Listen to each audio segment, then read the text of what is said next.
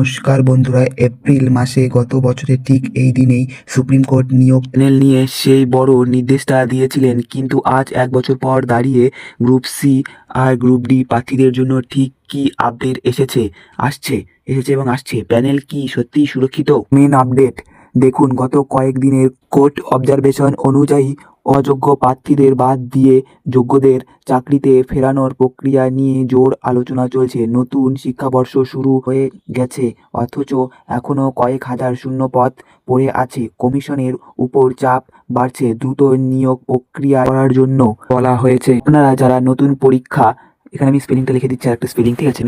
SLST, এই যে পরীক্ষাটা আছে, পরীক্ষাটা প্রস্তুতি নিচ্ছেন তাদের জন্য খুবই সুখবর হলো কমিশন কিন্তু ইন্টারনাল প্রসেস শুরু করেছে।